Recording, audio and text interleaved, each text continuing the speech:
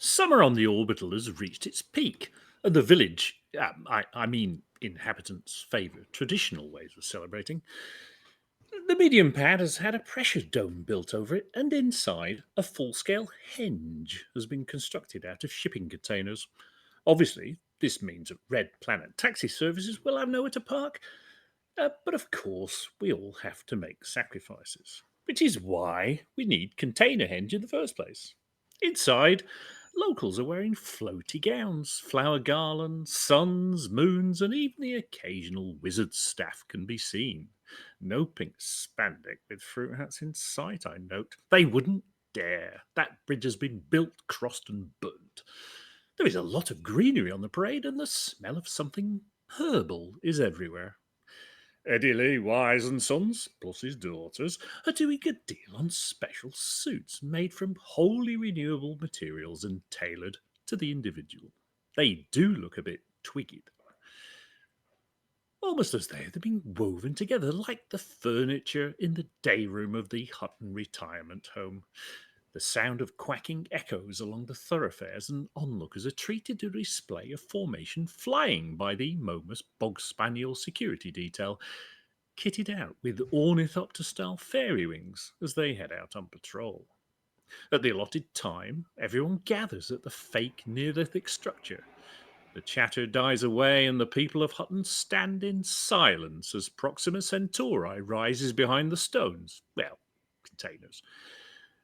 As one, they let out an admiring "ooh." A silhouetted figure steps under the lintel stone, raises their arms, and says...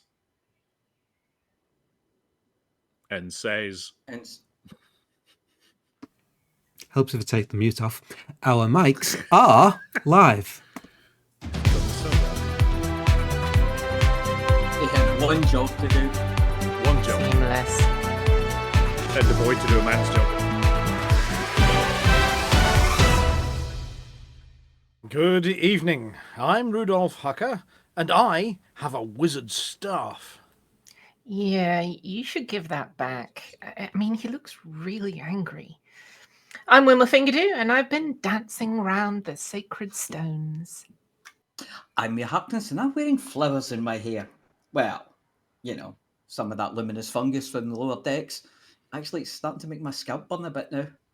I'm Juan Kerr, and I've been reading A Midsummer Night's Dream. Who wants to see my bottom? You'll get the pan. Speaking of pans, I'm Norma Snockers, and I'm learning to play the pipes. As long as it's not the bagpipes. I'm Sandy Crevice, and I've made a lovely pot of tea with my mushrooms. That desk's a very pretty shade of grey, isn't it? Right. Let's get these headlines done, or it'll be the winter solstice. Colonia clone chaos as Bad Apple appears amongst the hankies. Rampage. On the rampage. Too hot, too messy, week 46 update. Peanut butter wrestling? Don't mind if they do. Hot or not? Thargoids use heat vision. Atris may or may not be back.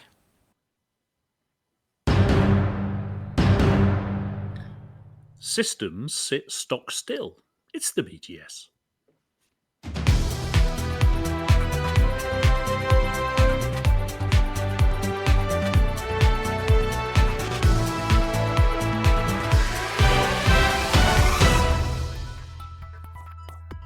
First, tonight, a report from Colonia, where the eccentric self-styled monarch King Hanky and his notorious Hutton Fastbus have become entangled in a clone conundrum that has left local authorities perplexed. It appears that King Hanky, known for his fondness for the clonomat, has found himself in a digital doppelganger dilemma. Unidentified perpetrators have successfully cloned his digital identity, throwing Fort Mug into a state of bewilderment. This debacle has left citizens scratching their heads, pondering which Hanky is the genuine article. With an abundance of clones floating about, Colonia was already a maze of identical regal figures. Picture the sight of royal duplicates engaging in juggling competitions or dispensing impromptu dance lessons. It's a circus of cloning chaos. However, that's just a normal day over in Colonia, punctuated by the reduction in the number of clones by one, as briefly one departs for the bubble, shortly before another, or maybe even the same one, returns from that direction. With the realization that despite the number of clones being in flux, sometimes as some of them have the flux, authorities find themselves grappling with the perplexing task of identifying the true king amongst clones. It was first noticed by what we assume is the original Hanky clone when he logged into Galbook and realised that he'd spent the last 4 hours sending out spam. Spam with everything. You wouldn't believe what this person did with spam. One spam trick a day will shave years off your life. Man outraged as spam taken off the menu. That sort of thing. All linking to dubious messages. Then there were the group invitations, pizzas ordered in his name for delivery by Beluga from the bubble. That attracts a 1 million credit tip. Holographic messages promoting dubious enhancements like laser beam eyes or hyper-intelligent space cabbages, and much more. After receiving the report of the hack, law enforcement agencies are conducting rigorous investigations, attempting to untangle the web of Hanky impersonators. Imagine the sight of handcuffs repeatedly clamping down on clones, only to realise they've apprehended an entire clone colony. It's a farcical game of cat and mouse. The consequences of this clonic calamity extend beyond mere amusement. Critical systems throughout Colonia have fallen prey to the confusion, with pilots finding themselves locked out of starports due to unreliable access codes. The once precise traffic control systems, that's a joke, resemble a cosmic dance floor, with ships twirling and spinning in perplexing patterns. So, as the mischief unfolds, and most of the Hanky clones are attempting to prove they're not the illegally cloned one, the citizens of Colonia find themselves caught in limbo.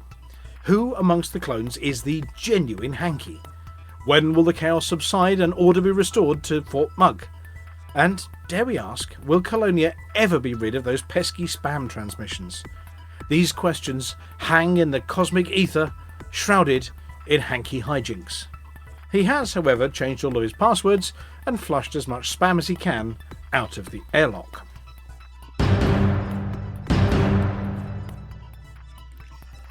Commander Rampage, former hot boss, trucker at large around the universe, is, this weekend, holding a rather raucous, rowdy, rambunctious, rollicking and revelrous gathering of fellow commanders to celebrate managed to get through a whole year as Hutton Ninja without being attacked by a troop of vicious girl guides and returned to the infirmary.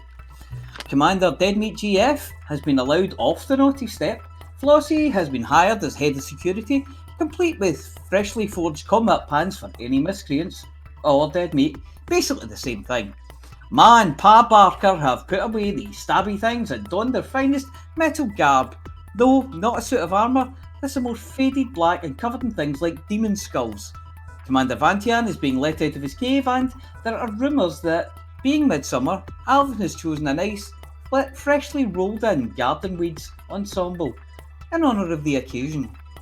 There was a minor hiccup when the Purple Python, the Shady Lady, designated travel for a number of guests, had an unexpected percussive interaction with an Agridome and has had to replace the ancient ship with a shiny new one.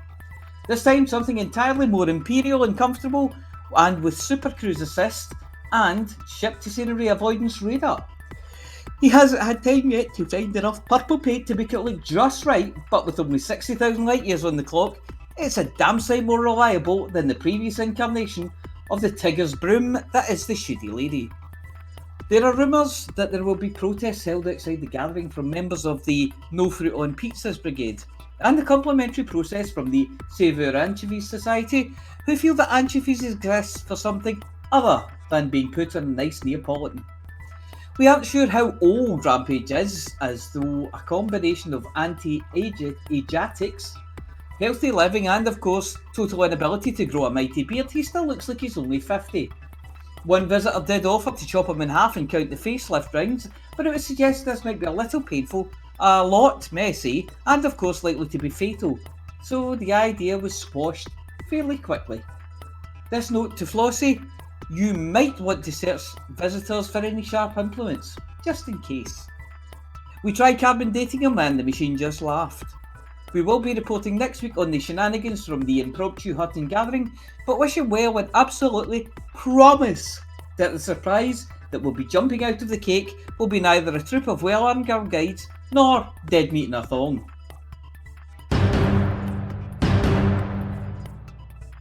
After 46 weeks, or almost 11 long months, Too Hot Too Messy, the Hutton-led initiative to deliver a Hutton mug and Centauri Megagin to all the stations in the galaxy, has recorded over 80,000 deliveries. With our original assumption of 400,000 odd stations and settlements in Odyssey, that marks roughly the 20% mark in the event. Weekly numbers were down marginally last week, and the 4-weekly average is hovering around the 1,200 deliveries a week. No new commanders joined this week, leaving 291 spread across 95 squadrons. Hutton still has the largest contingent with 93 commanders, who have delivered almost 43,000 mugs. The Buckyball Racing Club are still in second place with over 4,800. The Winged Hussars are holding third with over 3,100. The Paladins are in fourth with over 1,900. Border Reaver has single-handedly taken the Order of 12 into 5th, pushing the Burr Pit into 6th, the Anti-Xeno Initiative behind them in 7th. The Soteria Accord are 8th and the Undead are 9th. Elite Dangerous NZ has just broken the 1,000 mark, increasing membership of the 1,000 Club to 10 squadrons.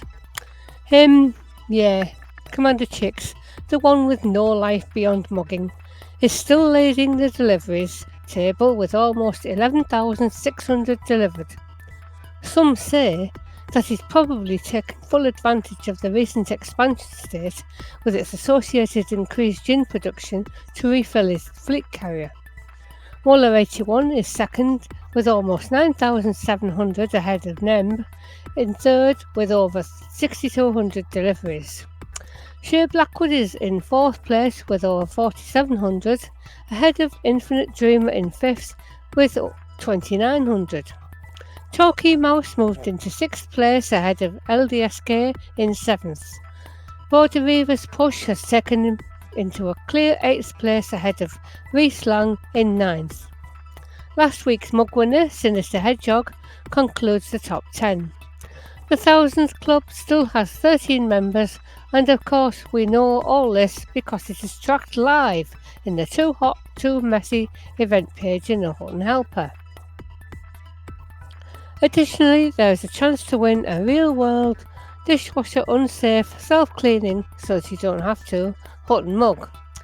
Any commander that delivers 10 mugs and gin in the weekly Thursday to Thursday period will be entered into next week's draw to win a real Hutton mug, unless of course you already have one. 45 lucky commanders have accomplished this so far, and you can see a little golden mug next to their names in the top commanders table. As mentioned, last week's winner was Sinister Hedgehog, so keep listening for this week's winner to be announced in the banter bit after the news.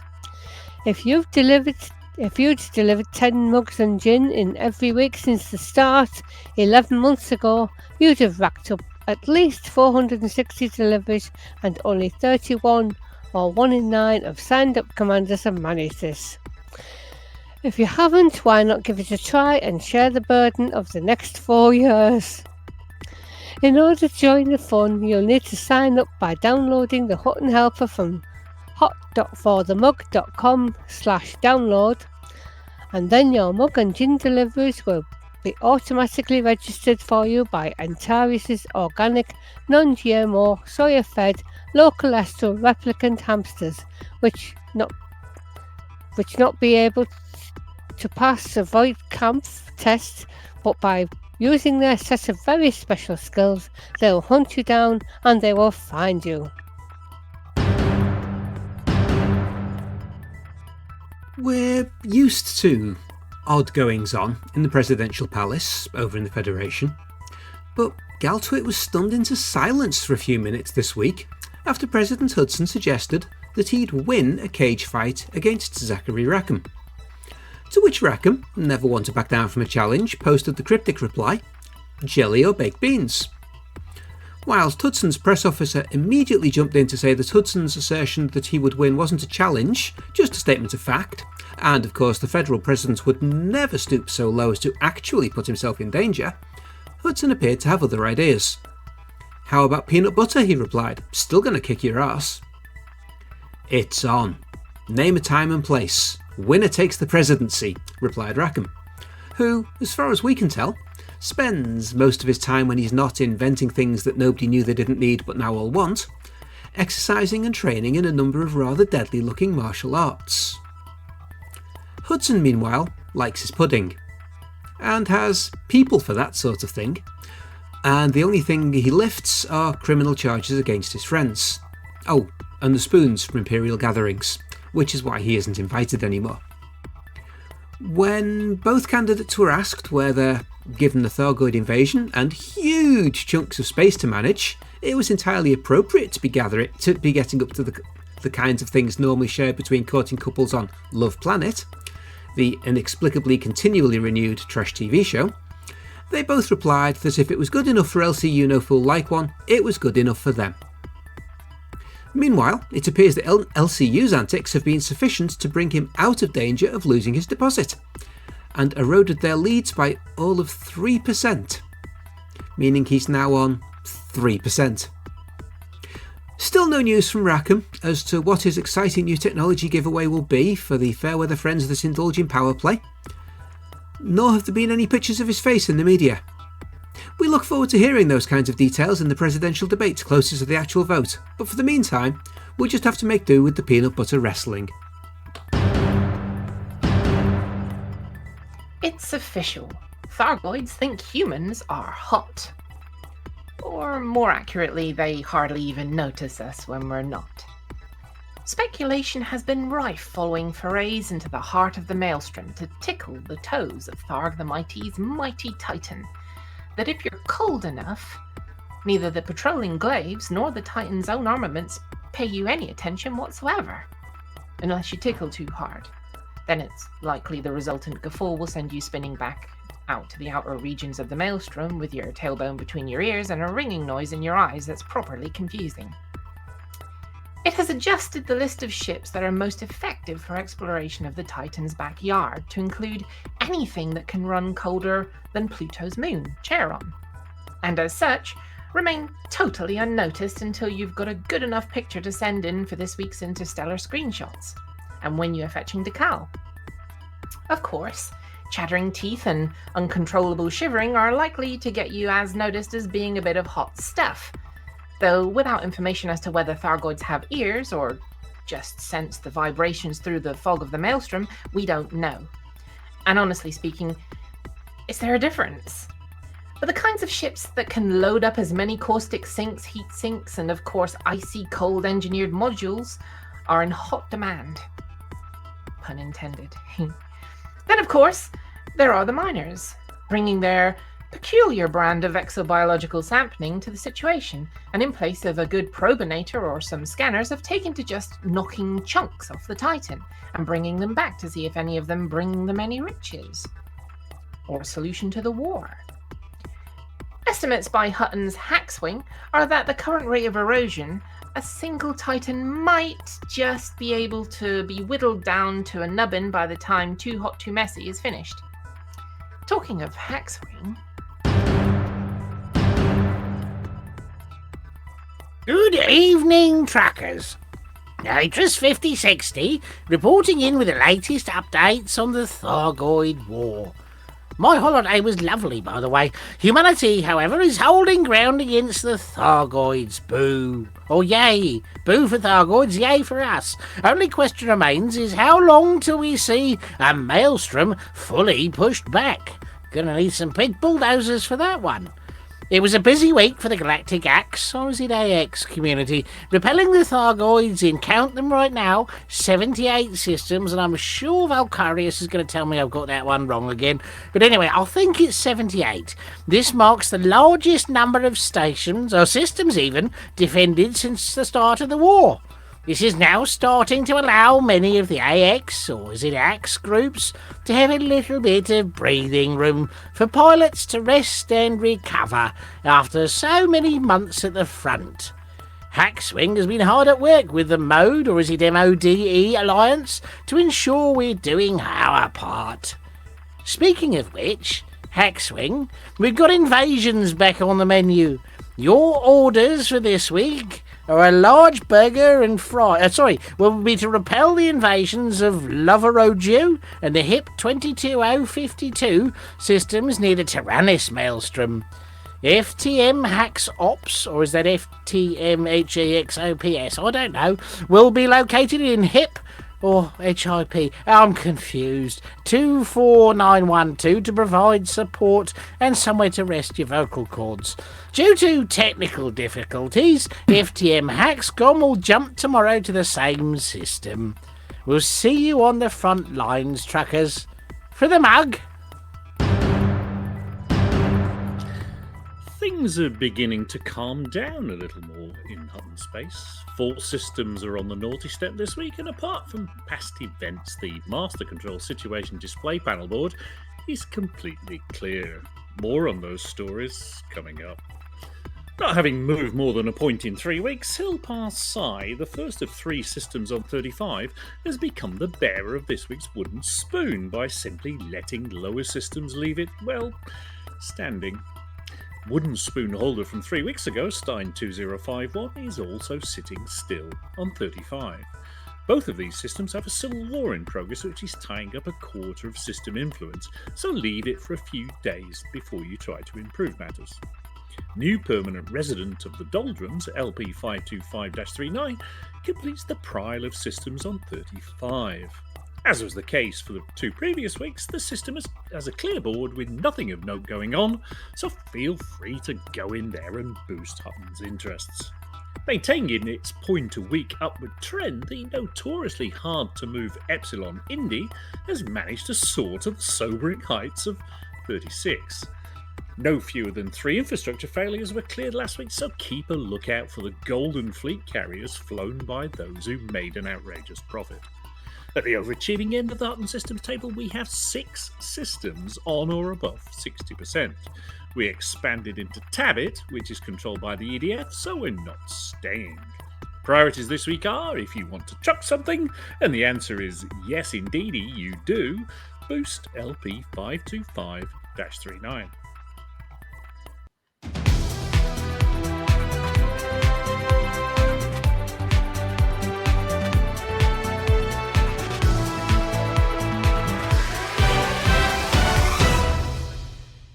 Thank you very much, everybody. I've got questions. I've got important questions. Mm-hmm. I mean, the first one has got to be about the presidential thing, which was, I think it was a Sandy Crevice article, that one. Mm-hmm. Is it crunchy or smooth peanut butter? I think that depends on how hard you kick him. Ooh, yes. Yeah, I mean, I suppose that, I mean, maybe they're just trying to ride the wave of LCU's antics. Or he's getting more attention than us on Galtwit. Maybe we should be silly too. I think as a political question, that ought to be answered straight away by saying, well, thank you. That's an excellent question. Then go off and talk about something completely not associated with the question just asked. That's how you answer political questions. Well, only if you've had the training. Oh, that they all go to. They've had they have special training on how not to answer questions. Yeah, I think I heard some of that this morning on PM on today. Well, generally speaking, it's on the what is the BBC politics program, the daytime thingy usually with Kirsty Walker or something, isn't it? Or Newsnight, but during the daytime thing. Yeah. TV or radio? TV. I don't know. Go watch that. Yeah. Is nice. it the news? No, it's not the newsy bit. It's where they get politicians and then they ask them questions that they don't answer. I mean, it Hard only talk. seems hard talk. That's the Hard one. Hard talk. tack. That's World Yeah. Service, isn't it, or something? BBC World. I don't Oh, could be. Well, I usually get it when I'm Yeah. overseas. know. Anyway, so we are joined in the studio by the usual crew this evening. We have Commander Flossy on a different microphone. Yes, I'm here. Your apple flavoured, just don't bite it. Yeah, apple flavoured. Yes. Yeah. We have the apology officer, Hello. who was a bit confused by the mention of a hot boss because we don't have a hot boss anymore. No, we don't have a hot boss anymore. It's more a former it's a hot tepid boss. conglomerate. So Yes. it's a not boss. Not an It's an anarcho-syndicalist commune. anarcho-syndicalist commune. Yeah. Thanks, Jim. I'm glad you both came out with that one at the same time. We have Commander Chicks, who's no. Are you in West Britain at the moment, or are you in the sort of No, hot I'm- sweltering city bit? I'm in the centre of the universe. Oh right, excellent. And all are. we've got the Sandy Crevice, also known as the Litho Breaker. Now Litho Breaker's taken over the decks this evening, which is why it's looking more seamless than normal. Yeah, right. Well, it still says loading standby, so you never know. The show might be. Yeah, I think that's last week's show because I didn't upload it. So yes, it's still loading last week's show to the It'll the get there in audio the end. repository. I'll get there. Crises and all that. And we have Amelia, Hello. who still hasn't been to knock chunks off Titans yet. I haven't, no. I mean, It is on my to-do list. My to-do list at the moment is incredibly long. Well, talking of your to-do list before we move along, I understand your to-do list used to have set up a Stream Deck and OBS and all of the panels Uh-huh. that Litho is demonstrating so capably in front of us at the moment, and see whether it makes you go, "Oh my god," and run away, or go, "Oh yeah, I get that." No, I've been how getting do- how- chills with excitement. Oh, you have. Are they So you- multiplying? They are. You're losing control. I am. Situation No, that's normal me for that's the show losing then. control. But the power it's supplying, is it electrifying? It's electrifying. What's the tariff? Which tariff are you on? So you've I better shake you've up, lifted. really. Yeah, well, Yeah. you've lifted the skirts and sort of seen a little bit of the ankle Oh, hey. underneath the skirts of the show. There are laws against that these days. Yeah, yes.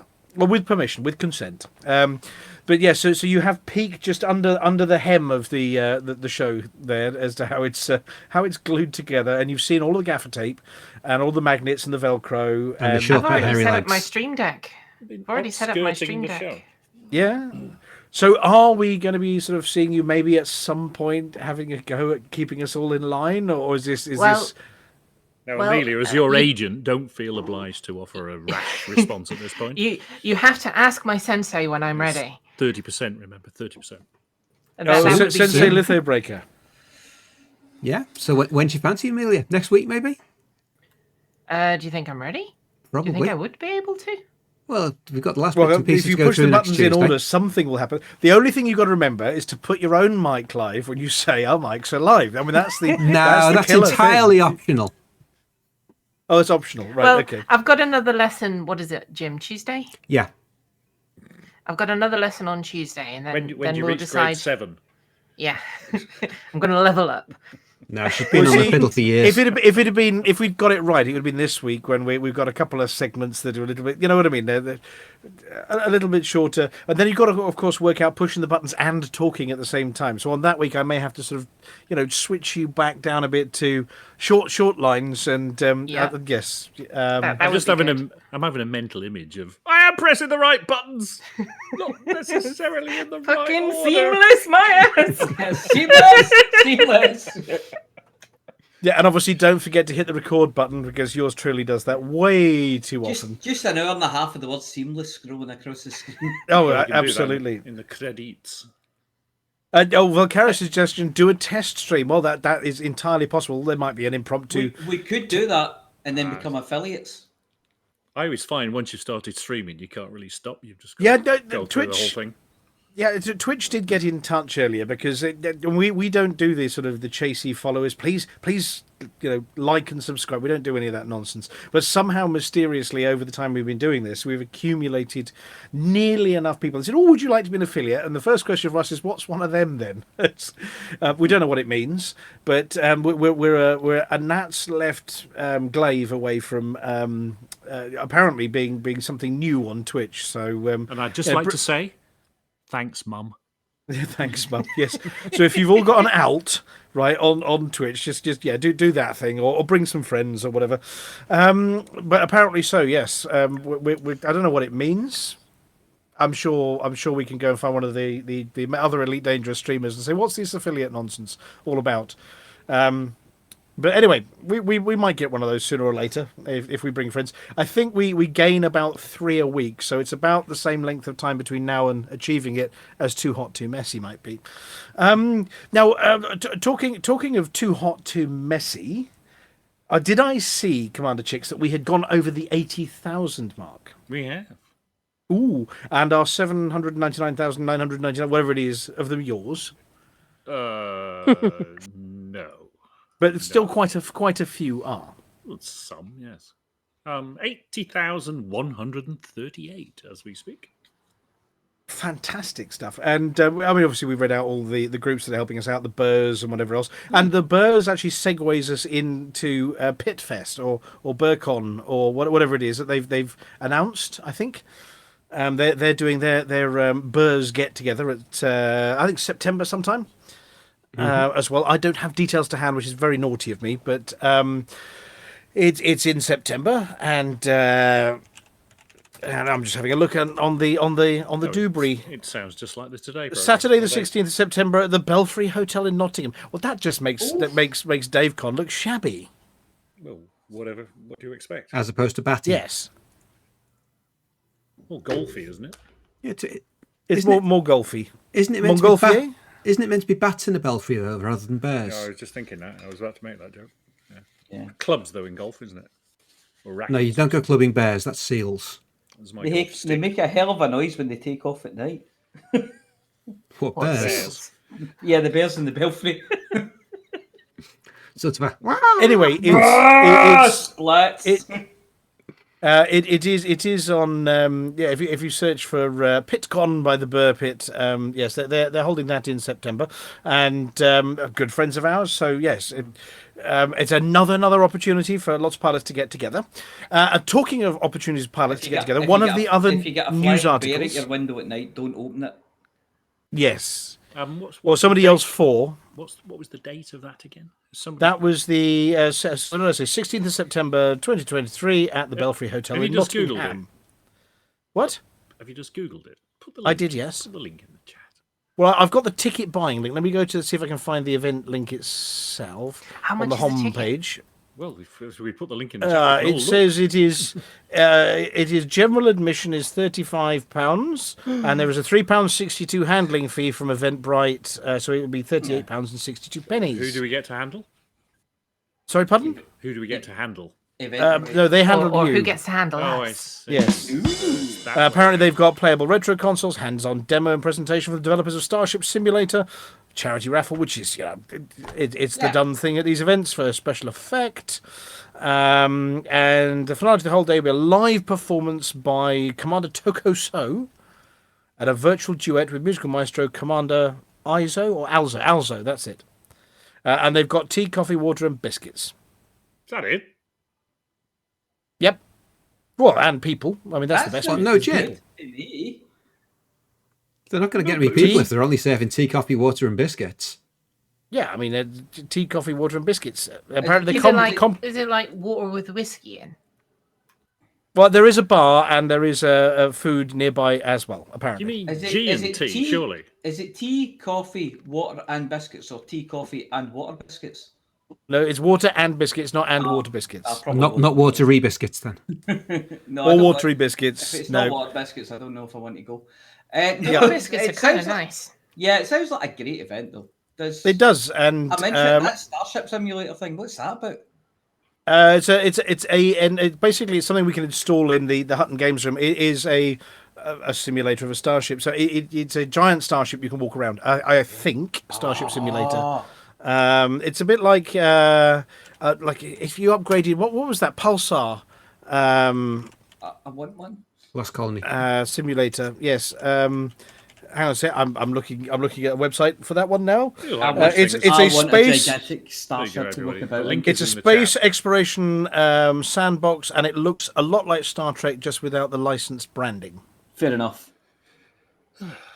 Its own words say it's a space exploration sandbox where you serve as a crew member aboard mankind's first experimental deep space exploration vessel. Ooh. Your 5-year mission to seek out new life and...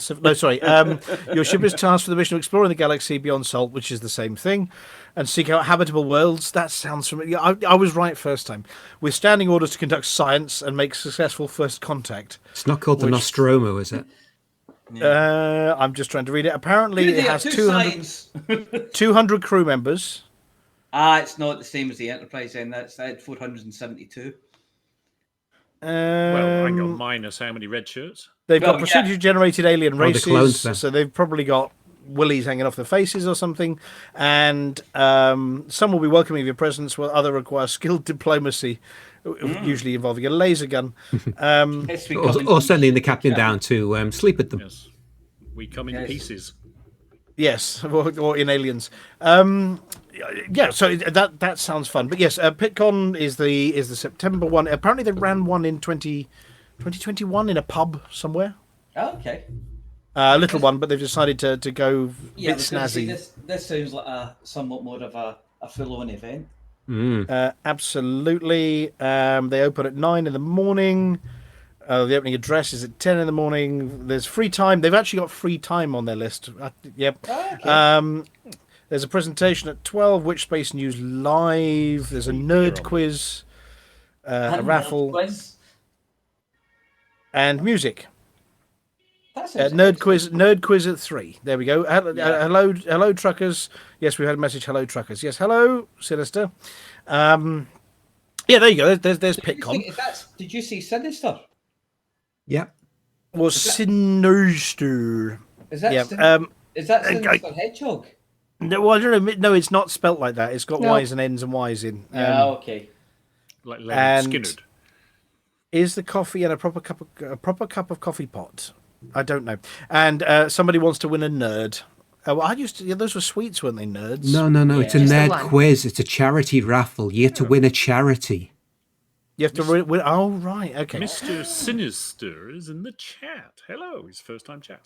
Yes. Hello, Sinister. We're all waving. You can't see us, but those pictures above, our hands are waving just under the screen that you can't see there. Right. What do we... Now, was there a Frontier live stream this week? No. There was not. No. Hen's teeth. Well, there was an update about live streams. Yes. Oh, yes, there was. So there was a schedule or a schedule, depending whether the Atlantic is to your right or to your left. Schedule. Schedules, plans, and plots. Okay. Schedule.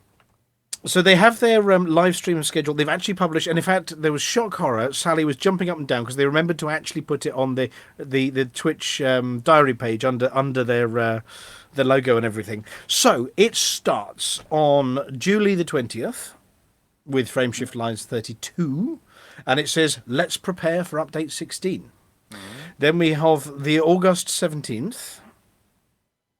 So we're looking sort of... Hang on a second. That date rings a bell. I'm just... 2 days before DaveCon. Yeah, 2 days. Well, so you never know. We can probably talk about that with them when they turn up. Then September the 14th, which is then just before PitCon. Then we have October the 5th, where Halloween season begins. I imagine there's pumpkin heads, those glowing pumpkin heads all of the costumes and decals for the ships and spooky ship colours. Halloween season starts on the 31st of October, surely. And finishes on. But given that their next one after that is not till November the 23rd, I suppose it's reasonable. And then December the 14th, holiday special, which is usually they get a bit silly around Christmas, fun silly, if you know what I mean. Yeah. But and it says having Halloween stuff in the shops for the entire of October is the only thing that keeps the Christmas stuff off the shelves. No. When I worked for Marks and after Spencer's, the Christmas- mince pies used to come in the middle of bloody August. Yeah, but after you get the Halloween stuff, you're into the Guy Fawkes night stuff, which very briefly, and then straight on to Christmas. Yeah, but Guy Fawkes Night's just a flash in the pan. Because they did give the announcement for when update 16 was that's going to be the first week of August they were aiming for, I think. Yes. So I'd imagine the July 20th one, when they say let's prepare for update 16, that's going to be spoiler filled. Yeah. Yep. So, which means we should have update 16 by the time we go to ECM. Yep. Absolutely, and we'll find out what's happening with this this whole story with whoever it is who thinks they're connected to the Thargoids, who got kidnapped, and then they got banned, then all of his mates got kicked out, then the Alliance offered them. It's somewhere on Galnet. Actually, I might as well ask Litho, did you manage to get the magic button wired up for putting things on screen? Galnet News? Did you get the Galnet News one read live? Because we don't have a Galnet News this week. You might have done. Okay, so we do have we don't have a Galnet News from Wotherjude and Beetlespoon, so we're going to have to make it up as we go along. I don't know if everybody else can see the Galnet website. So the update was the disappearance of the Dedicant. Now, is I get confused. I might need Wotherspoon to bring me up to date. Is the Dedicant something to do with salvation? Don't know, but it's disappeared. It's like tunes, isn't it? The Dedicant. The Dedicant, yes. It's So apparently the Dedicants disappeared from Papuntia, or wherever it is. It's a few the hours after Far Thousand. Godship, isn't it? The Dedicant. So in theory, nothing to do with salvation anymore, even though he hid there for a while. So Dedicant isn't a person. Dedicant is the ship. Yes. Right. Okay. So yeah, they were all kicked out, and then the federal lot sort of invaded it to try and kick them out, but then it vanished. Maybe a mystery coming, but apparently the Alliance did say they were going to give them shelter. But the trouble is, nobody can find where the Alliance is because we've all forgotten. And lots of people were quoted as saying it's good or bad. So yes, Far God cultists, aren't they the ones? I thought they were the ones all involved to get what used to be salvation talking to the Thargoids, and we know how that ended last time with a big explosion on a planet that went, a bit bulbous on one side. Anyway, so there was that one, and Litho, if you wouldn't mind panning back one page from there. Pan. If I can work out how. Yeah. Oh, hang on a second. There's usually Alt and the left key. Does that do? It Or does we've not. broken it. No, it does not. I'm gonna have to. I'll tell you what. boldly go The right hand forwards. side probably. Here we go. So Aegis and Azimuth competing for now. Flossy, you're going to be talking about the CGs later, so I'm not going to go into that one because that's covered by you. But then we have got Aegis receives Titan materials for Xeno research. So apparently all the stuff you were doing in the CGs that Flossy's going to talk about in a bit has been useful, and they're using it for Xeno research. Unsurprisingly, I mean, it wasn't going to be for plant research, and I'm pretty sure it wasn't going to be for rock research. So yeah, that's the kind of stuff that Wotherspoon and Beetlejuice were going to be talking about, and I'm sure there'll be a catch-up from them. You can always catch them. They do some other broadcasts during the week, not just on a Thursday. So you can, look for Galnet News Digest on the interweb, and I'm sure they will be bringing an update when they've stopped melting, both of them. So there's that. Then we've got some space news. We need a theme for that, don't we? Space news. Space news. So, I think Sandy Crevice, Litho Breaker, you were the one talking about the peanut butter wrestling, weren't you? Yes. So why don't you tell us about the first one on our list, which is about peanuts?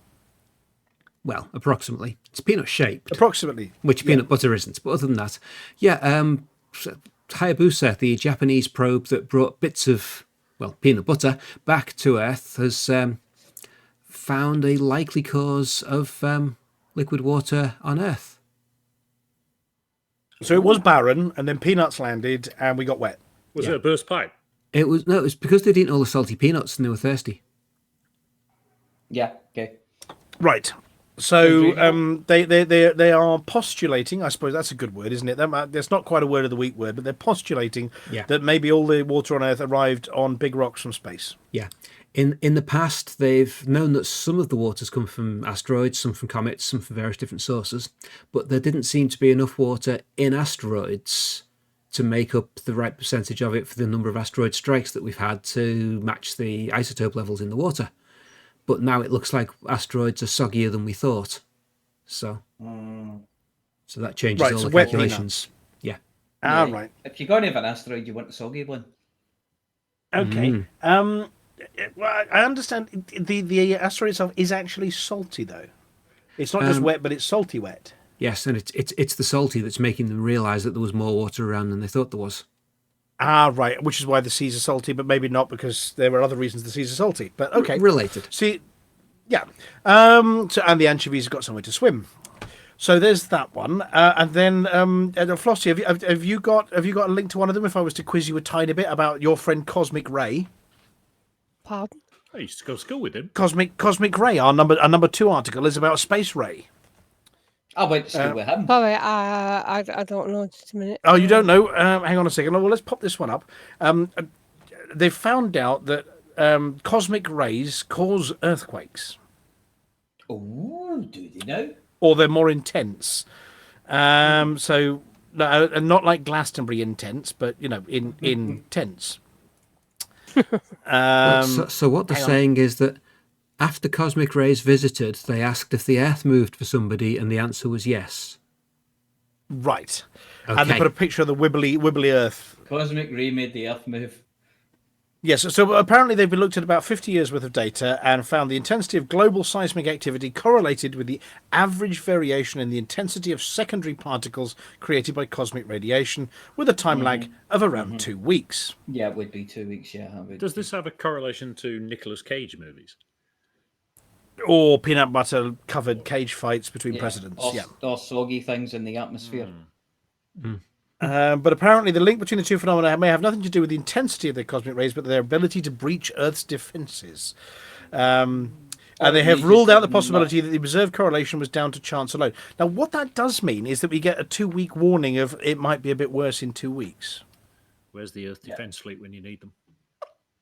Yes, they're too busy poking holes in Hutton truckers. Space Force, you mean? But apparently they like the initialisms as much as, or maybe the acronyms as much as we do, because apparently the Cosmic Ray Extremely Distributed Observatory, or CREDO, was the property used for observing such things. Anyway, so yeah, earthquakes are connected to Space Ray. Then our next piece of space news is about our old friend TRAPPIST-1.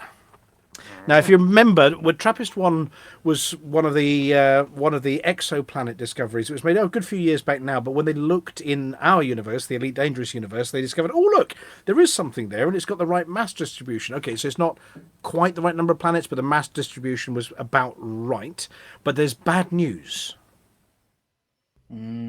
Apparently, there's no atmosphere. It's a bit like Hutton on a Thursday night. Is it cold outside? Yes. And we're all alone, more or less. So apparently there is bad news. It looks like when they've been observing it, they can't find very much atmosphere at all. Well, this is TRAPPIST-1C, isn't it? This is one of the... They did 1B about 3 or 4 weeks ago, and that one wasn't good either. I'm scraping out the back of my memory. I thought, was it E was in the best place in the habitable zone? I can't remember. Yeah, but there's like one of them was a super system Earth, wasn't it? There's 7 or 8 of them in the habitable zone, though. It's absolutely ridiculous. It says one of 7. E, F, and G. Despite the fact it's an ultra cool red dwarf, so it's got no atmosphere, but they've got an ultra cool red dwarf star. So it's the cat. It wears sunglasses ECM. even in the dark. It's the cat. The cat. No, not the cat. The coolest one was definitely Holly. Anyway, apparently it's one of 7 planets, and they've been studying it. Now, we would have to ask Eros Madelung about how they're doing this, but I think they're looking for chemical signatures from... Oh, anyway, I'm sure he's done an article on this one for us in the past. But apparently, despite the fact it's an ultra-cool red dwarf star, the surface of the planet is 107 degrees Celsius. Yeah, it's a bit... That's like Glasgow last week. Yeah, which is about as warm as Texas. Yeah, it's as warm as Texas in the winter. Yeah. So apparently, at this temperature, the exoplanet's atmosphere is likely extremely thin, if it exists at all. All boiled away. Yep. And apparently, also the red dwarf stars like TRAPPIST-1 emit bright X-ray and ultraviolet radiation that strip away planets' atmospheres. So yeah, no, I think we'll file that one a nope. Yes, it's a no. It's a hard no. Let's That's hear a nope. about E, F, and G first. Let's see what the lights dismiss are it about. completely. Yeah. Yeah, maybe there's one that's hiding around the corner from it. That's just maybe it's like porridge, you know. It's Well, TRAPPIST-1 is one that the planet has to occlude the star, doesn't it? So E, F, and G have obviously longer periods. There's also the thing as well is that periods. they're so they further wouldn't out. have occurred. They're No, further out, so it's maybe not that, they- chicks. They're releasing the planets one at a time in the JWST data rather than doing them all as a bunch. So they're just But keeping how's people hanging. JWST observing them if it doesn't observe them against the disk of the sun? Oh, it does, but the periods are measured in days, not weeks or months. They've gone round many exactly. times since JWST's been looking. So But surely it can... Yeah, well, TRAPPIST-1e was found using the transit method. Yeah, exactly. yeah, they all were. Yep. Apparently, it's a close to Earth-sized one. E is close to Earth-sized, so maybe that's a better candidate. Apparently, it was depicted in artists' representations as a tidally locked planet with a liquid ocean. But based on its density, it is likely not entirely covered in water. But we don't know. They're going to have to observe that one soon, I'm sure. If it's tidally locked, it'll be hot on one side and cold on the other, so there's lots Yeah. of winds blowing. Mm-hmm. Now, carrying on a theme from previous weeks about how certain countries on the planet here like measuring things in anything but sensible measurements, there was an article about an asteroid as large as 84 Orcas. Now, this caused some discord in the studio here. How many bananas The is that? definition of large... Oh, that's exactly how many bananas, but whether they were talking about is it as long as 84 orcas, as heavy as 84 orcas, or as as large in 3 dimensions as 84 orcas, we couldn't tell from the article. All But I we can did- say is it's big. I did calculate the length in bananas. Yeah. So, assuming it was length, 84 orcas long, how many bananas is So- that? Assuming it's 84 orcas long and assuming the average banana is 13 centimeters, that would mean it is Didn't you say 77? 77.37 Times bananas 84. per orca. Times So times that by 84, you get 6,499.27 bananas. So approximately 6,500 bananas. Long. Well, we- and the orca still- is a dolphin, not a whale. Oh, yes. But- And then but we as got we- into a debate about dolphins and whales. But and, as we yes. pointed out earlier, the 77 bananas is, let's call it, for sake of argument, 10 bunches. I mean, 10 bunches of banana. I mean, I know orcas don't eat bananas. No, But- it would fit in his mouth if That's there's one end to mouthful. end. Do you Not want me for to end work out the end. mass? Well, I bet they would. Yes. Well, do we know the mass? Hang on a second. Well, if we equate it to 84 orcas mass, Yeah. that's different. Yeah. That's a whole more mess of bananas. Yeah. Yeah, Chicks. see, the article's unclear. It says it has a massive the article size. actually is very clear. It's 830 meters on its longest axis, which is 84 orcas because they're 9.8 meters long each. Ah, right. Okay, so it was talking length, not... Yeah. Yeah, okay. Ooh, that's interesting, isn't it? 9.8 meters long. There's some function of G there, isn't there? What do we know about? What do orcas know about? the Earth? If you got an orca balancing on its tail and you step off its nose, You'll hit terminal velocity before you hit the ground. No, you No, won't. that was a sperm whale or a bowl of Ah, penis. right, yeah. not again. Okay, well, anyway... That's wrong, but actually, because, I mean, the average orca is 33 feet long, which is, 9.8 meters. Well, that's and we know what that is. 1,005 centimeters. That's half a cricket pitch. Yeah, one orca? Yeah, it is. Well, there you go. Then. In that One case, orca. in It's that half case, a chain. in that case, Yeah. it's 42 33 cricket pitches. Excellent. 42. Mm-hmm. Meaning of life in the universe. astonishing. Ah, These no, numbers keep why, cropping up. why didn't they lead with it being 42 cricket pitches long? That would have been far more useful. Because Well, they're are not you scientists sure? like us. Yeah, probably because they're not English. Well, given that you start using feet and then... Well, no, they're doing meters, brackets, feet, Well, no, so I if you're, don't English, know. if you're You should be English, able you to- do it in cricket pitches. You do everything. Yeah, Yeah. NASA works in meters and translates to feet for its audience. So just out of curiosity, how many London buses is that? There's a London bus. No, you can't get 84 orcas on one London bus. That'd be silly. Well, Is No. it a route master? It'd be very cramped. You could try, though. Do you still Yeah, count the it? N15 night bus probably could. Do you still count it in route masters? Oh, definitely. Yeah, one of these Yeah. newfangled. I would have hoped so. Yeah, you can't be. Who can't wants be to measure a doing Boris anything. bus? Oh no, let's not talk I about don't want to measure well, anything to do with Boris. it's interesting because Or a Benny the bus. article goes on to say that these astronomical dimensions are essential. Yeah, so it's telling us that measuring in orcas and bananas is essential, particularly when considering asteroids that pass near Earth. And that's the purpose of the article, is that if all of a sudden 84 orcas nose to tail, plus their buddies swimming alongside them for whatever the rest of the size of the asteroid is, decided to land on one bit of Earth, it might make a bit of a mess. Yeah. How Well, many bananas away from the Earth will it be? Well, Oh. there's a question. The days to look up or the days to duck are July the 5th and July the 12th coming up, and there are two quite large actually. Let's call them football stadium sized. Large. This is a Premier League football stadium as well. It's not like Oh, they're not Northfleet they're FC not or world anything killers like that. then. Oh no, well, yeah, 170 They are if they hit. 380 meters. Yeah. Yeah, there's I the- don't And know. they're coming within 2 million kilometers. So. Yeah. Yeah, so- the one that's 84 orcas long will be about, back of the fact packet, about 30 billion bananas away. So I think we're safe. Yes. So I can see the ones you're talking about here. There's a 200 to 450 metre diameter one on the 24th of June. And you've got a 71 metre to 160 metre one on the 28th of June. I'm looking at the Rarity 2 list, just so we're not boring our audience too much. There's the list. Well, that's a jolly big one. That's on July the 5th. July the 12th as well, is very similar sized. Uh, It's like its twin. yeah, where is Bruce Willis and a drilling rig when you need him? You won't need them. It's 15,384,615,384.615 bananas away. Is that how many bananas Alex Zuno has submitted this week? Very likely. Well, Of course, talking we of are Alex Zuno taking and- the average size of the banana being 13 centimeters. I mean, you Yeah. do get some big bananas. You get some 13 little bananas. But you get some small ones as well. It's like the width of my hand. We have a point of tiny. order from Commander Valkyrius That's that the average. orcas are actually 130.4 meters long. No, we're not. Yeah, but that's the elite they're wiki. That's in the not. future. That's in the future. They've grown bigger. Oh, yeah, Everyone that's- does. The Elite Wiki says. That's they're according big. to Elite Wiki. Yes, the yeah. elite wiki, yes, of course. Oh, that orca. Yeah, Yes. those orcas.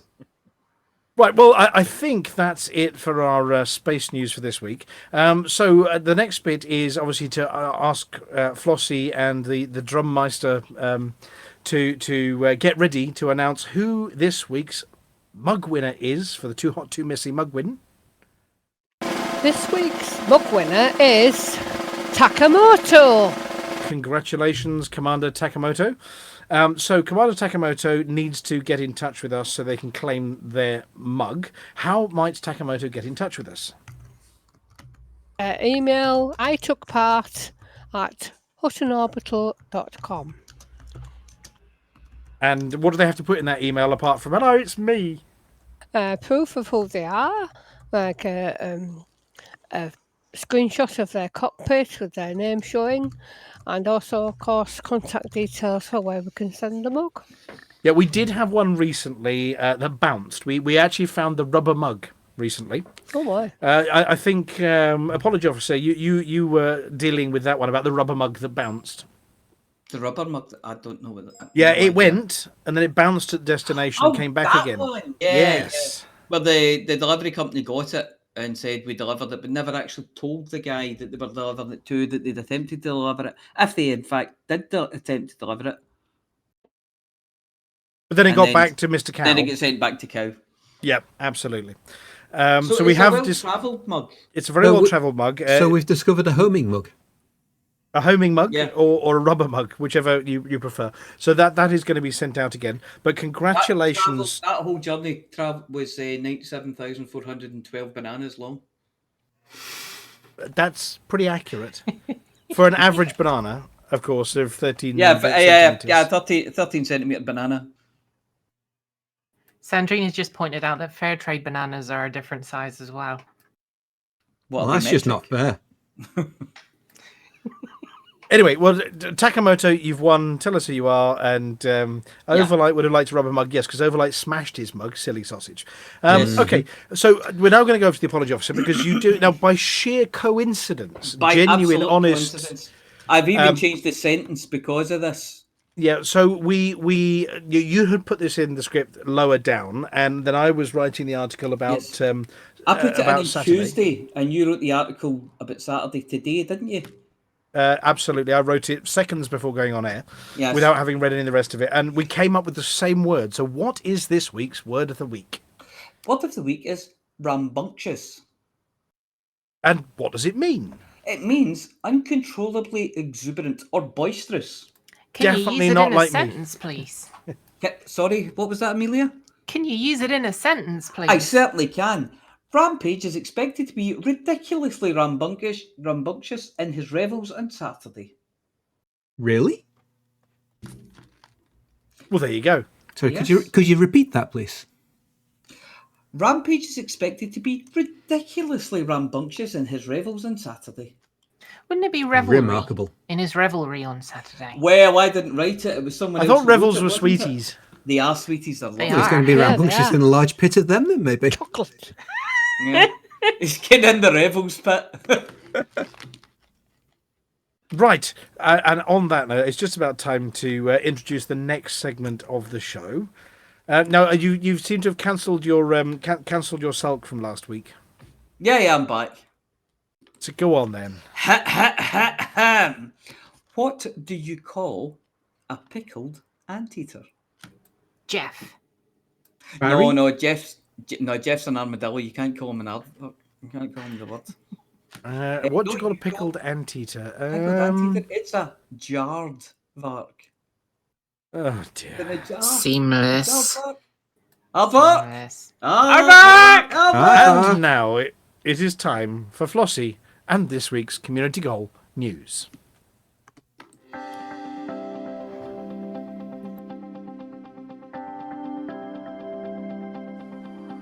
It's Flossy. It's Flossy. It's Flossy. It's Flossy. And the community goes.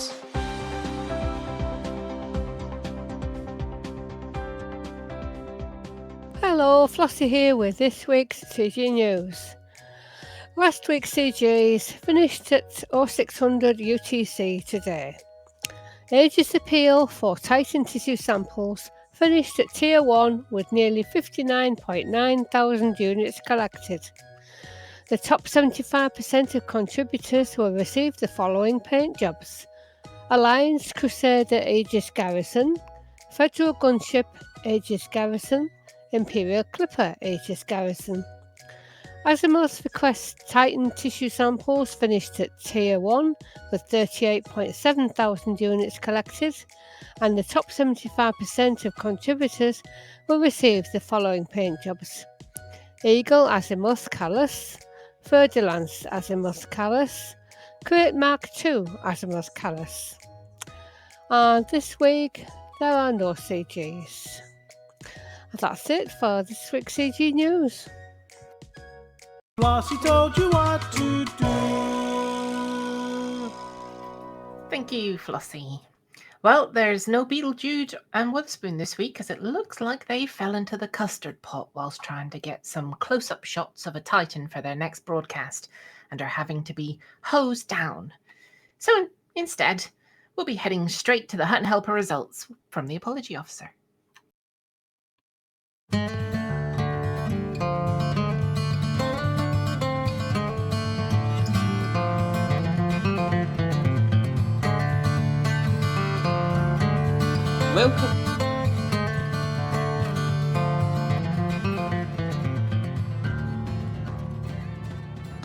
Welcome to the Hutton Helper results. The Hutton Helper results are sponsored by the Hutton Helper, the only third-party resource to come with a free henge for all your druidic needs. This week we have the following events. the Spirit in the Sky Cup, the Translating Bottom tournament, the Dancing Round with Flowers in Your Hair Deja Vu trophy, the Sacrifice to the Old Gods charity shield, the Boiled Up in a Wicker Man spectacular, and the Rolled All the Way from Wales on Big Logs award. So, get your chakras harmonised. The Hutton Helper results are: Popper App jumped 33,000 light years to come first in distance travelled. Old Ed sold 13,000 tonnes of cargo. Psycon is top mission runner with 572 mission points. Alex Zuno handed in 333,333,333 credits worth of bounties. Dart Virtual handed in 1.4 billion credits of combat bonds and destroyed 400 Thargoids. That adds up. And Millstone Barn delivered 2,354 people to their various destinations. So, decals for Psycon, XTC Mr. Sly for Cargo Bot, CX7 for Our Mind, and Oplunker 1005 for Object Scans. Please email itookpart@huttonorbital.com and arrange to collect your Hutton decal kit, which this week consists of a Hutton-shaped arrangement of large stones, some smelly hippies, and a little ray of sunshine.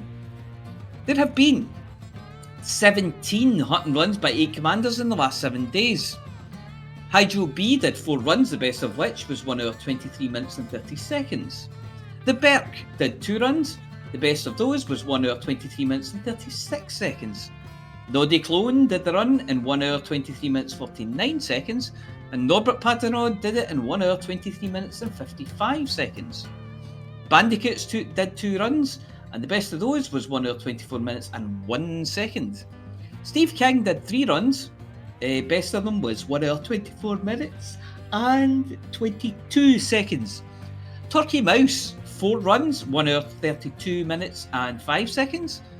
And that's the Hutton runs.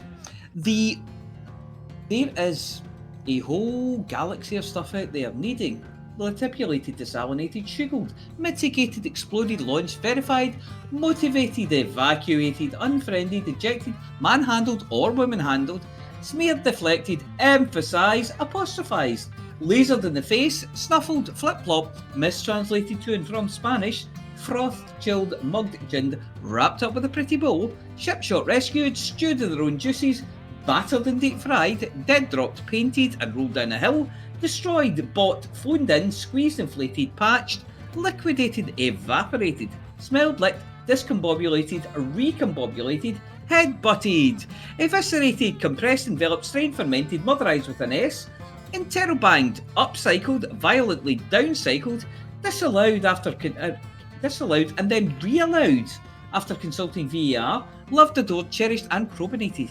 And you can earn yourself a very fetching Hutton decal for doing it. To get involved, just go to hot.forthemug.com and sign up for the spectacular Hutton Helper available in 3 mercurial formats. Let's face it, anything has to be better than turning up dressed for the winter solstice. And that's it for this week. Back to Studio 5.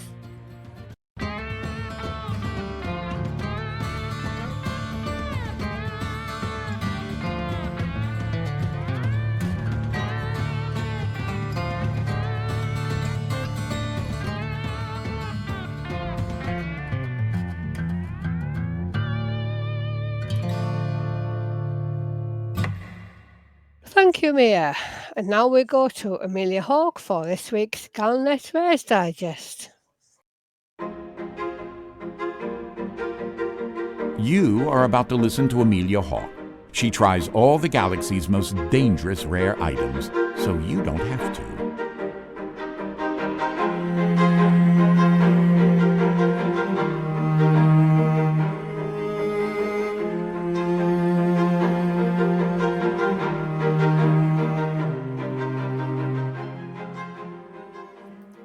This week, the rare item that we'll be trying can only loosely be described as a food. It's technically classed as a medicine, but because you eat it, it's rare, and most definitely extremely dangerous, I'll be giving it a try. We've headed to the Vega system. The first challenge was to obtain the permit, which is only available from the Federation. As you arrive, the first thing that strikes you is how beautiful the main star is. A white V-class scoopable.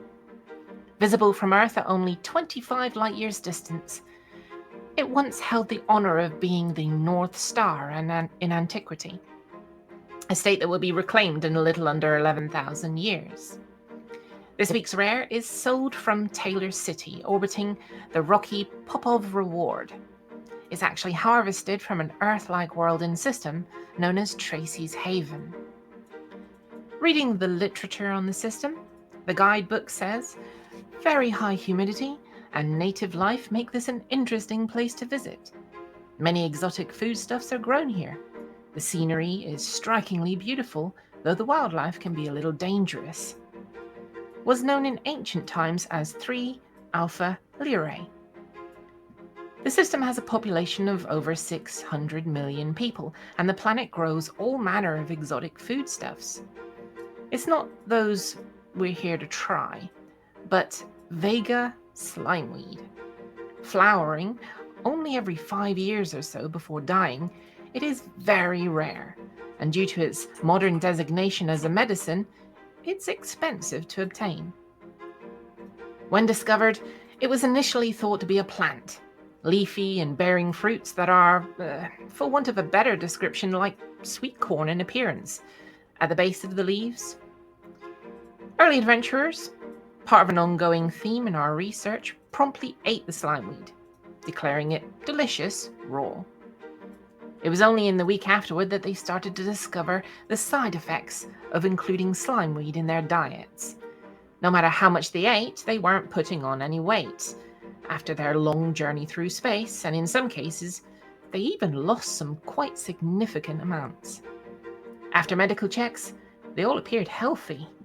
Their bodies had the right mix of vitamins and minerals. It's just that there was less of it. Their food intake on this lush world was high. The native foods are abundant in all the essential ingredients to, well, eat like a king.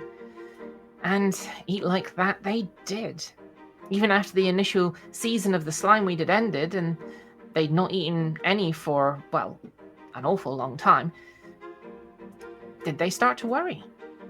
It turns out that slimeweed isn't actually a plant, but a parasite.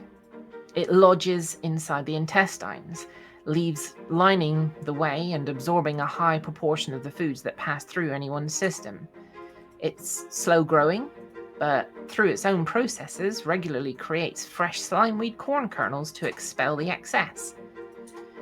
It is beneficial to the body as it's highly efficient at extracting and passing into the bloodstream of its host many of the nutrients needed to remain healthy, only keeping a portion of the foodstuffs for itself.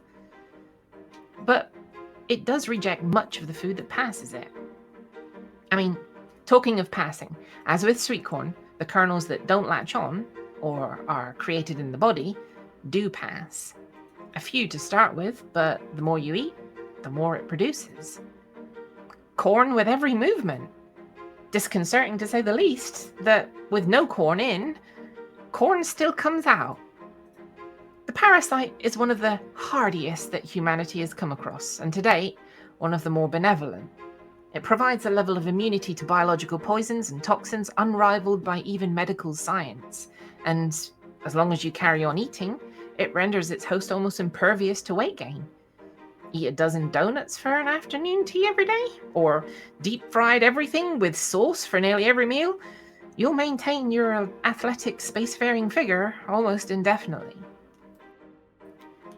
It's very hard to remove from the body, but there are deeply unpleasant medical cocktail combinations that will do the job and purge you thoroughly.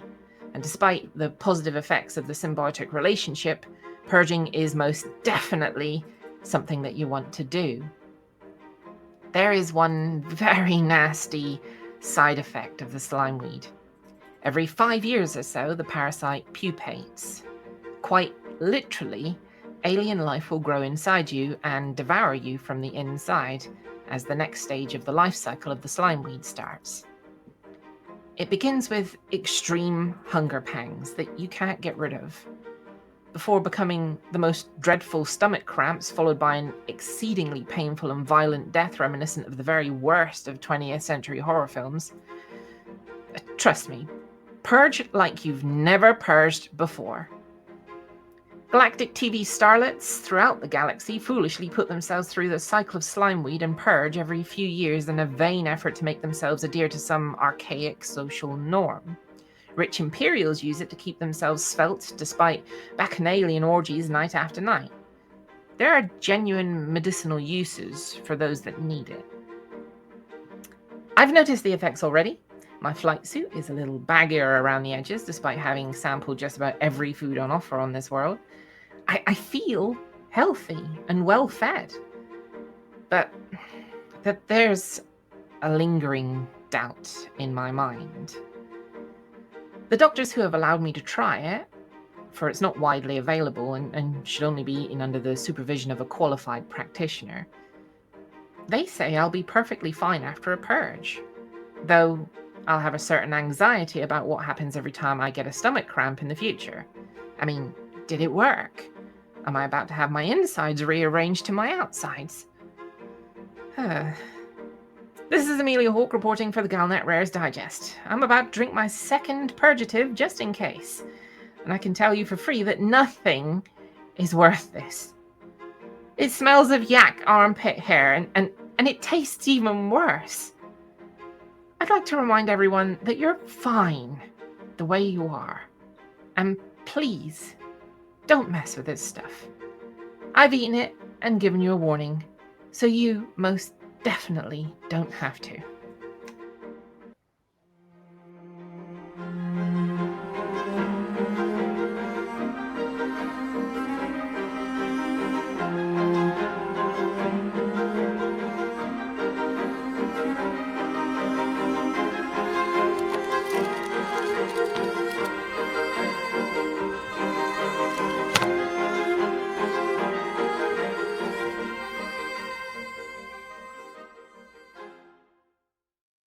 Put it in a Slim burger for weed. the vegans. Slimweed, it'll be fine. in the Slimweed. edit. Slimweed, yeah. Slimweed, yeah. Seamless, yeah, I absolutely. was saying slimeweed, wasn't I? You were, yes, yeah. Yeah, but you're saying it with such conviction. I know, Yeah. right? It'll be fine in the edit. You think Yeah, well, they can it's get just a the big thought of man it. in a purple? You think they can get a big man in a pink jumpsuit to jump about, rapping done about before. it? Yeah. And that was But Slim I have Fast. a question, an important question, Amelia. Yeah? I probably don't want to know the answer. How do you know about yak armpit hair? I mean, have you gone around sniffing yaks? You don't want to know. And it says You- tastes even worse. I mean, Yeah, so you know that it tastes worse than that yak armpit here. Yep. I do. I Yeah, know that's these fair. things, guys. I go through this stuff for you. Do Yeah. Yanks Yeah. have arms? well, yeah. I mean, the whole of the yak is hairy. Where does yak body hair finish? And you know what I mean? And armpit hair start. I don't. You wanna can know, clearly really. tell by the change in flavour. The biologics, the almost like- biologics of it is complicated, but you just. Is it don't less know. coarse and a little softer? Maybe I don't know. Definitely Anyway, nasty. Kinda So musty, yeah, as you say, rather as a piece of coarse. advice for everybody, you don't want to be messing with this kind of hokum, get slim or slime quick kind No. of deal. Just be happy the way you are and don't have this stuff because if you haven't purged properly, the alternative is deeply, deeply unpleasant. Well, the purge is deeply, deeply unpleasant too. Well, Nobody You do- needs this kind of thing in their No. life. Everyone is perfect just the way they are. yes. Yeah. Oh, I don't know. Have you seen the woman at number 37? I tell you. Oh no, she I is. I certainly wouldn't argue with her. I'll tell you that one for free. She looks stern. Right. Well, look. Thank you very much, everybody. And Give her a rolling pin and an apron. Whoa. Yeah, just don't give one of Flossy's pans because She'll be in the next. Flossy she'll is be in the reserved. next- She'll be in the next Ladies of Lakecon calendar. I'll tell you that for nothing. So who's going on Saturday? Flossy, you're joining us on Saturday. I am, yes. Yeah. We'll take plenty of photographs as well for everybody who can't join us. Yeah. We will be seeing King Hanky and working out whether he's the real one or the wrong one. We haven't worked out a test for the Hanky yet to see which The one's only the real kind of hanky is a wrong'un. one. Well, possibly. Yeah, they're And all obviously, wrong Rampage, Dead I can Meat, take a Litho. test. Yep, I'll be I there. think Litho, you'll be there. The usual assortment of ne'er-do-wells and dead meats and yeah. I Funny didn't enough, actually nobody know knows. about it. I didn't actually know about it until just like day before yesterday, and I'd Oh. already made plans to visit my mother this weekend. So Sorry about that. It's all the way up in the lands of the north. We have to wear a flat cap and things. It's to not be in the able to lands of the north, it's in the lands to the south. Well, it's not in North Britain. depending on your It's- perspective. It's To the east for me. it's in the north. It's in the of, north it's of in the South north Britain. of South Britain. Yeah. Yeah, Middle Britain then. It's south of the wall. It wasn't that a TV show, Middle Britain, or was that Little Britain? I can't know. Oh, anyway. As No, a you're thinking of the Lancastrian, Waltons. I can't possibly comment on where it is. Well, for me, it's north. Bear in mind, I'm nearly on the wet bit as you fall off the bottom of the country. Then yes, it's a long way. It's about 4 hours north from And anyway, me. So, my Ecky Thump hat and my black pudding are at the dry cleaners. I think I did bump into Commander Aiden. Luxury. I did bump into Commander Aiden a couple of days ago. I popped down to a watering hole near his parents' place, which is just around the corner from where we are here, actually, and managed to go to a nice watering hole with him for a couple of jars of. Well, for me, I was driving, so it was the soft stuff. But yeah, it was good to catch up with him. I do believe he might be coming as well, so it'd be good to catch up with Commander Aiden. Other than that, and before we have to issue all the warnings, and turn Amelia's head slightly further away from the microphone before she destroys our audience for us. She's got to stand in the kitchen for this part. Yes. I don't know what your neighbours on a Thursday Yeah, not night even must her think. kitchen or neighbour's kitchen. Yeah.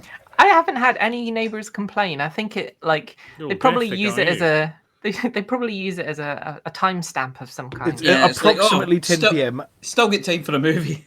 Ooh, Yeah. I think it's just coming up to Thursday night. Yeah. Yes, it's approximately 10 p.m. except if it's the first one of the month, isn't it? Or is it the last one of the month? In which case, it could be any It's o'clock. 11:30, depending yeah. on- yeah. That's How many next of you turn week. Every time they do it, it's like every time you do that, they go, "Did you hear that? I'm sure I heard something." Yeah, I heard it. And then they'll go, let's listen and see if it happens again. No. And it doesn't, and they forget. But yeah, so next week is a green room week. If you would like to pop in and join us, you are more than welcome. We will do the show as normal, but at the end of the show next week, we pop down to the green room, or depending on how many people are there, we drag them into the studio, and we say hi to people. Generally speaking, we encourage talking about what you've been up to in your spaceships, or fascinating stuff. I mean, Valkyrius tends to tell us about maths a lot. And numbers, but do your best to fascinate us about what great fun you've been having in your free time. And then when you run out of things to say, or get completely tongue twisted, you say for the mug and we move on to the next person. Obviously, please do try and get your push to talk set up and your microwave working and the dryer that's right next to your microphone. And if On you or can, off or on silent. Can you just ask them if they're going to come to the green room as well to bring snacks, because we've been on air for like an hour and a half by then. Yeah, so and I've got get Revels a on the bit- brain get a bit now. peckish. Yeah, Revels on the brain. Oh after yes, that previous Revels, comment. definitely. Bring Yeah, snacks. Flossy, you're in charge of Revels, okay? My first week of hosting is going to be a green room week. Oh, It's you're easy. hosting There's only next one week. extra button. Oh. Well, Amelia, don't feel pressured into doing it. Do a test run during your Yeah. next training session with the sensei, Yeah. with the maestro. If you're not happy with it by the end of the training run on Tuesday, then I'm available on Thursday, so you don't have to do it. So Okay. don't feel pressured. Thing is that I've found that the best way to learn something is being thrown in at the deep end. And we've done And that then- with a few presenters over the years. Yeah. Yes. Don't get me wrong. I don't like that method of training, but it's effective. Yeah, and if Well, you get it wrong, we won't yeah. take the piss at you or anything. The thing is, because you this is will. Hutton, you We'll be won't find we'll an be very adult easier and very mature about the whole situation. an easier audience than this lot, because they're used to us putting in seams everywhere. So I'm sure our Twitch audience, certainly, if not the radio audience, are more than happy just to sort of yell seams or seamless. If you're not used to it by now, you soon will be. Yes. It's exhilarating. It's fun. I remember talking to Litho after his first one, and also Josh as well, and everybody was like, "Oh, yeah, it's a complete buzz," but oh my god, I'm drained now. But of course, after 3 or 4 goes at it, you sort of get, "Yeah, I got this," and you can juggle the random things that the idiot host for the evening throws at you, like, "Oh, could you put this on screen?" At a second's notice. You'll get the hang of it, I'm sure. But anyway, look, thank you very much to the entire Ready crew. Thank you very much to Flossy. We'll see you tomorrow. To the apology officer, we won't see you tomorrow, but we will see you in a few weeks. Yes. Oh, is it tomorrow Rampage's thing? Well, no, sorry, Saturday. Right. I'm going up tomorrow, and then I'm stopping. And you get the idea. Yeah, so Saturday. He did say it was a long way north. Yeah, it is. Yeah. Or south. And Chicks as well, thank you very much for doing all the deliveries. And is the screen telling us you're doing more at the moment? I think you're doing... Where did you just land? Hang on a second. You were at... Olawusi's claim. Oh, Olawusi's claim. Is that in HIP 42214? It is, and it's the No, very it's in HIP last 42214. It's the last one of 54 in that system. 54? My goodness. And it's a first gin fall and first mug fall on that one as well. So nobody, as far as we can tell, has ever been there before. And it started with 9 starting traggots. 9 starting what? Traggots. What is the estimate of how long it's going to take to complete? Another 4 years. For a fifth of the way there now. It depends on how you calculate it, but don't hold your breath. Right, so everybody in the chat, I want you to do 10 mugs before Thursday. There we go. It's 1,347 bananas. The banana is a unit of time. Yes. Well, the same as a parsec is how you do the Kessel Run. Yeah. If you count a banana as a unit of time, then it's 1,347. I suppose you could use the banana as a unit of time if you were eating them. But you can only eat them so fast. I can't tell you that as an orcas because I can't do the multiplication. But No, you don't want to eat orcas. They're too blubbery. You definitely have heart problems. Did we crunch the numbers on mass of bananas to orca ratio? No, well, I'll tell you what, should we crunch them before next week and have the answers handy? Unless the asteroid gets measured, the other asteroid gets measured in something like, I don't know, they'll use something bigger for the next one. They'll say, oh, this one's in sperm whales or something. It was giraffes last time, wasn't it? Didn't they use llamas once as a unit of measure? I thought we did height of llamas. Is it height or length? Yes. Yeah. Are llamas or square? mass? If you drew a box round a llama, right, would it actually come out square? Only if it's heavily overfed. An llama box. No, I mean just, like round the top of its head and down the sides, in terms of its length and height. Oh, height to length. It would be quite a llama ring if they were. Yeah. Oh. Or we could measure it in aardvarks. Yeah, I got it. A llama ring. We should start measuring everything in aardvarks. Yeah, aardvark should be the new Hutton standard unit of measure. No! Yeah! Yeah! Well, they're very nearly square. They are very nearly square. I'm running out of jokes, so we need to start measuring things in numbers. Llamas are 1.7 meters in one direction and 1.6 meters in the other direction. So llamas are very nearly square. That's within the limits of experimental error. How much is that in aardvarks? Experimental aardvarks, give or take a few. About Yes. 2.5. How many is that in aardvarks? Yeah. About 2.5. Yeah. And then bananas? About 7. 11, 12. Yeah. That's okay. Right. We can do it. We can do it. We can work it out. Anyway, so this is the point of the show where we sort out two things. The first thing is we're probably going to raid somebody afterwards. We have had a habit recently of raiding the marvelous Commander Woolies. I think we jumped in on Woolies, and we had Jack Little last week, wasn't it? Mm-hmm. Who promptly combat logged on us again. So before we do this next bit, have we checked whether there's anybody streaming at the moment that we might want to go and raid? So do hang around if you fancy being dropped on an Elite Dangerous stream. What? There's a Stargoid playing Elite Dangerous. All the Stargoids?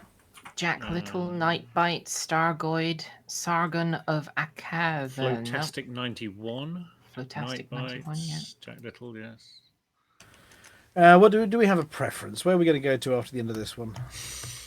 Bed. Was Jack Little doing elite things? He is. He is. He's probably going to combat log on us again. But we'll head for... Well, either that, or should we go and drop in on some Stargoids? They're exploring Barnard's Loop at the moment over with the Stargoids, I think. Let's go Stargoid this week, shall we? So Litho, are you ready to drop us on the Stargoid at the end of the show? No, I'll have to log into Twitch to do that. Hang on. No, it's fine. I've got it. I've got it if here. you've got it, you can do it, yeah. I've got the magic button, so I can do that here once the music gets to the right point. Now, Oh, wait a minute. I think Stargoid has stopped streaming. Oh, No, he's still there. Combat log. No, he's still there. Okay, that's just me then. That's seen him go off. Right. So here is your warning. If you are a regular, you will know what is about to happen. If you're not, then you need to pay attention to this warning. Amelia is about to get incredibly loud, which means if you've got your earphones in your ears, if you've got your speakers turned up loud, if you are sensitive to loud noises, you might just want to move them all away from your ears just for a second before we go into the Hutton theme tune. Anyway, there is a little countdown for this one. There's a little alert. After the alert, just hold it away for a minute, and then you can come back for the theme tune and the raid on the Stargoid. Thank you very much, everybody. We'll see you next week. Somebody sound the alert.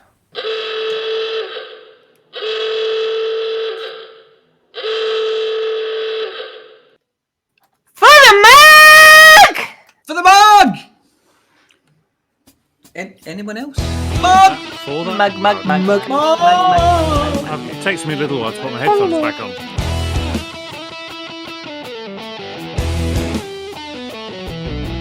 No journey too long and no cargo too small. The profit margins never really mattered at all. We're gonna take the cargo where it's needed today. Super cruising all across the Milky Way. We'll take anything, anytime, anywhere. Loading up the T-Nights to the brim with grain. For the mug, yeah, you know just where we're coming from. For the mug, now everybody sing the Hutton Trucker song. For the mug. Flossy always seems to crash into the sun. Swivel likes the pilot on the Xbox One. Alvin at the front, you know he leads us well. Trucking across the galaxy, now everybody yell. For the mug, yeah, you know just where we're coming from. For the mug, now everybody sing the Hutton Trucker song. For the mug, yeah, you know just where we're coming from. For the mug, now everybody sing the Hutton Trucker song.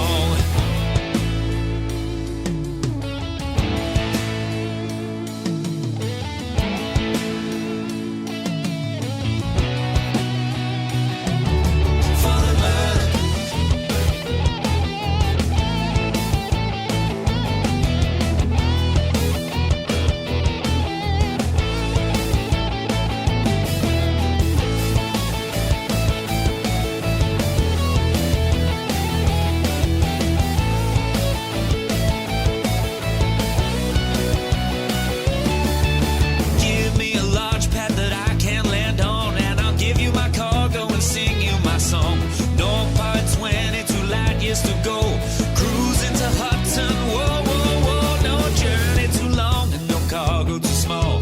The profit margins never really mattered at all. We're gonna take the cargo where it's needed today. Super cruising all across the Milky Way. We'll take anything, anytime, anywhere. So shout it out loud like you don't even care. For the mug, yeah, you know just where we're coming from. For the mug, now everybody sing the Hutton Trucker song. For the mug, yeah, you know just where we're coming from. For the mug, now everybody sing the Hutton Trucker song.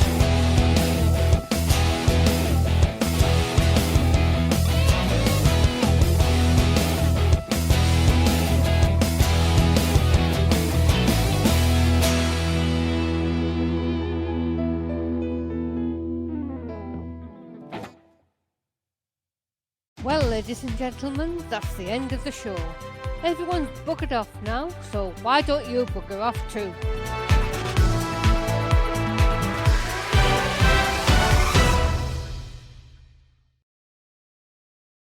Seamless.